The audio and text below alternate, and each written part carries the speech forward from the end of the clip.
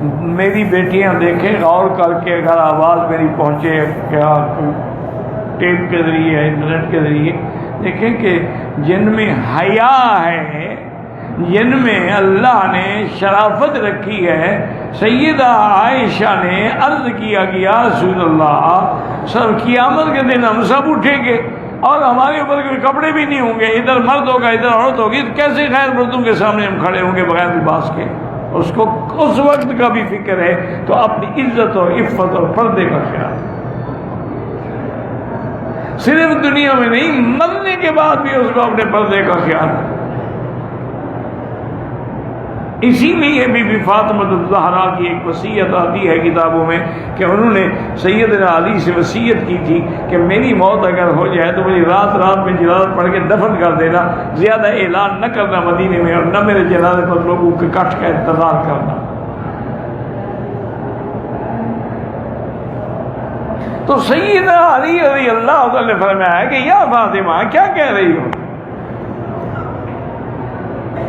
تم نبی کی بیٹی ہو، سید النساء فی الجنہ ہو، تمہارے جنازے سے لوگوں کو میں روک دوں؟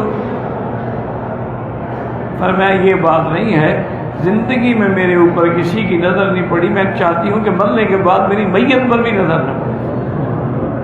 یہ ہے پردہ میری بیٹی۔ آج تو پردے کا تصور ہی ختم ہو گیا۔ آج کل تو جو میری بیٹیوں نے جو برقعے اور عبائے پہنے ہوئے ہیں نا، ان کے اوپر ایک اور پردے کی ضرورت ہے۔ یہ پردے نہیں ہیں، یہ تو فیشن ہے۔